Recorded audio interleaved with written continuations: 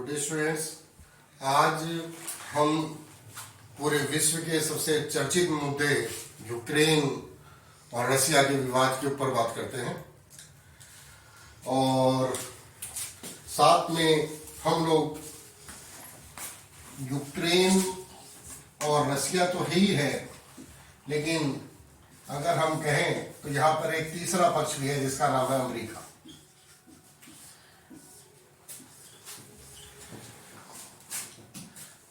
आप देख रहे होंगे बहुत सारे विवाद हैं आजकल चल रहे हैं।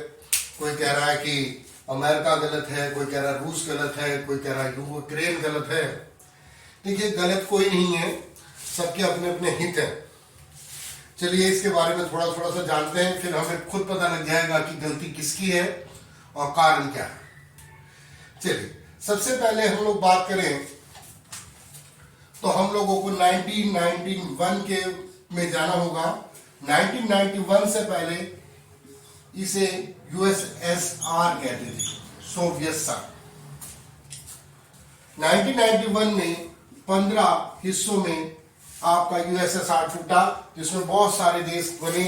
जैसे आपका नाम सुना होगा आपने, तजाकिस्तान, अजरबैजान, बेलारूस, आर्मेनिया, ये सारे देश बने, जिनमें से एक देश था यूक्रेन।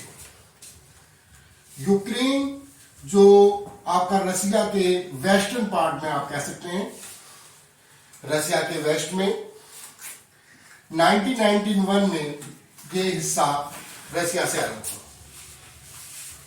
इसका जो सबसे बड़ा हिस्सा था वो रसिया बना, बाकी 15 छोटे छोटे देश बने, जिनमें से एक देश था यूक्रेन। ठीक, यूक्रेन जो है सारा का सारा यूरोप के अंदर आता है। इसका एक हिस्सा आपके रसिया से जुड़ा हुआ है, बाकी आप जैसे कहें तो सारा का सारा इसे कवर कर रखा है यूरोप ने। किसी भी देश के ऊपर अगर प्रभुत्व की बात हो तो उसकी इकोनॉमिकल कंडीशन, मजबूती की बात होती है कि वो आर्थिक रूप से कितना संपन्न है। तो मैं आपको बता दूं कि यूक्रेन में गैस के, प्राकृतिक गैस के भंडार हैं।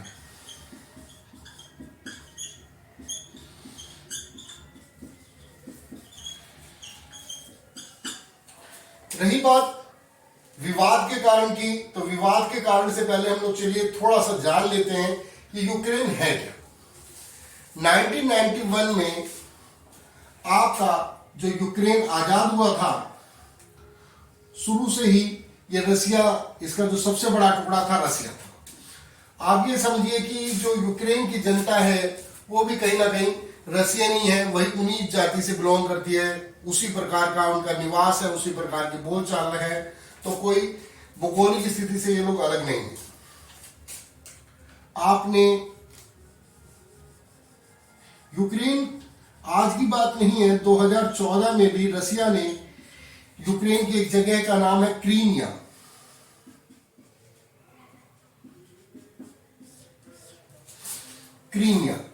क्रीमिया को अपने कब्जे में ले लिया था। तो हम ये कह सकते हैं कि ये पहला कारण नहीं है, पहली बार ऐसा नहीं है कि यूक्रेन का कोई क्षेत्र जो है रसिया ने अपने अंडर में लिया है। लेकिन और अब रसिया ने अपने कदम और आगे बढ़ाए हैं और आपके इस क्षेत्र को, जिसे हम लोग डोबास क्षेत्र के नाम से जानते हैं, इस क्षेत्र पे अपना कब्जे की ओर अपने सैनिकों को भेजा है और इस क्षेत्र पे अपना प्रभुत्व को स्थापित करने की कोशिश करी जा रही है। अब यहां पर अमेरिका कहां से आया? देखिए, ये विवाद स्थिति कब चालू होती है कि ये जो आपका यूक्रेन था, इसने नाटो की सदस्यता के लिए अपनी पहल करी, जिसका विरोध करा रसिया ने। क्योंकि रसिया ये नहीं चाहता कि अगर नाटो में यूक्रेन शामिल हो जाता है तो यूरोप का हस्तक्षेप, यहाँ पे यूरोपियन शक्तियां, अमेरिका की पावर्स जो है रसिया को डिस्टर्ब करेगी। तो रसिया ये नहीं चाहता कि उसके क्षेत्र में अमेरिका की पावर्स बढ़े। तो इस प्रकार से आप कह सकते हैं कि रसिया अपनी जगह सही, क्योंकि कोई भी देश ये नहीं चाहता कि उसका जो प्रतिद्वंदी है वो उसके बिल्कुल सर पे आ जाए और भाई उसको परेशान करे, है? अच्छा, अगर हम यूक्रेन की बात करें तो यूक्रेन इसलिए सही है क्योंकि यूक्रेन ये जानता है कि रसिया उसे आए दिन अपने प्रभुत्व में रखता है, उस पर अपनी डिक्टेटरशिप दिखाता है, जैसे उससे क्रीमिया ले लिया गया, आगे भी क्षेत्र, तो वो अपने आप को मजबूत करना चाहता है। वो चाहता है कि अगर वो नाटो में शामिल हो जाता है तो नाटो से उसे संरक्षण मिल जाएगा। नाटो आप जानते हैं नॉर्थ अटलांटिक ट्रीटी ऑर्गेनाइजेशन, जिसमें उन्होंने एक समूह बना रखा है कि अगर वे कोई भी देश को कोई परेशानी होती है तो अमेरिका से उसे हेल्प मिलेगी, सारे देश उसकी मदद करेंगे। तो यूक्रेन भी अपनी स्थिति को मजबूत चाहता है, तो हम यह भी नहीं कह सकते कि यूक्रेन अगर नाटो की सदस्यता चाहता है तो गलत चाहता है। अमेरिका, देखिए अमेरिका कहीं ना कहीं उसकी एक मोनोपोली है, वो चाहता है कि विश्व में उसका वर्चस्व बना रहे। इस कारण उसने यूक्रेन को कहा, यूक्रेन को कह सकते हैं, जैसे आप लोग सुन ही रहे कि पहले तो अमेरिका ने कहा कि हम तुम्हारे साथ हैं और इस तरह यूक्रेन को युद्ध के लिए आगे ढाल दिया, और अब जो है अमेरिका उसमें साथ नहीं दे रहा। देखिए साथ ना देना, अमेरिका का कहना है कि ठीक है हम आपके साथ हैं, हम आपको पैसा देंगे, हथियार देंगे, सारी चीजें देंगे, लेकिन युद्ध तो आपको ही लड़ना पड़ेगा, क्योंकि कोई भी देश दूसरे देश से आके एकदम से युद्ध नहीं करना नहीं चाहेगा जो इतनी बड़ी पावर है। क्योंकि अगर ये युद्ध होता है तो आप समझ लीजिए कि ये वर्ल्ड वार बनने में समय नहीं लेगा, वर्ल्ड वार बनने में समय बिल्कुल भी नहीं लेगा। तो अभी जो स्थिति है, अभी हम देख रहे हैं रसिया सेना जो है डोबास क्षेत्र में एंट्री कर चुकी है।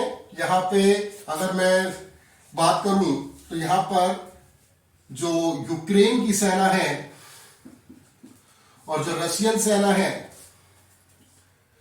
आपस में इनका युद्ध हो रहा है, लेकिन एक और पार्टी है जिसे हम लोग कहें उसे रशियन सेपरेटर्स बोलते हैं। रशियन सेपरेटर्स कौन सा? देखिए रशियन सेपरेटर्स एक समूह है जो रहता तो यूक्रेन में है, लेकिन वो चाहता है कि ये जो क्षेत्र है ये रसिया में मिल जाए, ये जो क्षेत्र है वो रसिया में मिल जाए। तो इस कारण यूक्रेन को सेना को दो लोगों से इस समय लड़ाई लड़नी पड़ रही है, एक तो रशियन सोल्जर से और एक आपके रशियन सेपरेटर से। अब रसिया इस समय अपनी प्रभुत्व की लड़ाई को लड़ रहा है, अपनी जैसे कहते हैं कि अपनी मूंछों की ताकत को वो नहीं गिरना चाहता, वो बिल्कुल भी झुकने के मूड में नहीं है, चाहे उसके सामने वो पूर्णतः लड़ने के लिए तैयार है। तो इस जगह अमेरिका ने भी यूक्रेन को सैन्य सहायता देने के लिए कहा। अब सैन्य सहायता देने के लिए उसने सबसे पहला क्या काम किया है, उसने कहा कि भाई मैं आपको 2 जहाज काले सागर में आपकी सैन्य सहायता के लिए भेजता हूं। अब काले सागर जो कहां है, काला सागर है आपका क्रीमिया के नीचे ब्लैक सी, और यहां पर जाने के लिए उसे जो है किससे मदद लेनी होगी? तुर्की से, क्योंकि काला सागर के लिए एंट्री लेने के लिए तुर्की को पार करना होगा। ठीक है, तो कुल मिला के इस समय अगर हम लोग देखें तो हमारे पास बिल्कुल इस प्रकार के आंकड़े, जो इस समय के आंकड़े हैं वो ये कह रहे हैं कि वर्ल्ड वार हो सकती है, लेकिन वर्ल्ड वार में अभी दूरी बनी हुई है, क्योंकि अमेरिका अभी एक दूरी को बनाए रखे हुए है। अभी अमेरिका युद्ध में ओपन रूप से नहीं आया है, अभी युद्ध यूक्रेन और रसिया के बीच में ही है, और वैसे रसिया काफी अंदर तक यूक्रेन के प्रवेश कर गया है। करीब करीब 15 से 20 हजार लोग अब तक इस युद्ध में मारे जा चुके हैं और बहुत भयावह स्थिति बन चुकी है। भारत के लिए ये इकोनॉमिकल रूप से बहुत ही ज्यादा नुकसानदायक साबित होगा, क्योंकि हमारा दोनों ही देशों के साथ अच्छा संबंध है और उससे बिजनेस पर प्रभाव पड़ना ही पड़ना है। देखिए, उम्मीद करते हैं कि ये युद्ध आगे ना बढ़े और विश्व में शांति बनी रहे। मैं उम्मीद करता हूं कि थोड़ा सा इंट्रोडक्शन मैंने कम शब्दों में आपको इस युद्ध के बारे में बताया है। बाकी अगली वीडियो में हम लोग और इसके आगे के समय में बात करेंगे। ठीक है, चलिए मिलते हैं फिर से।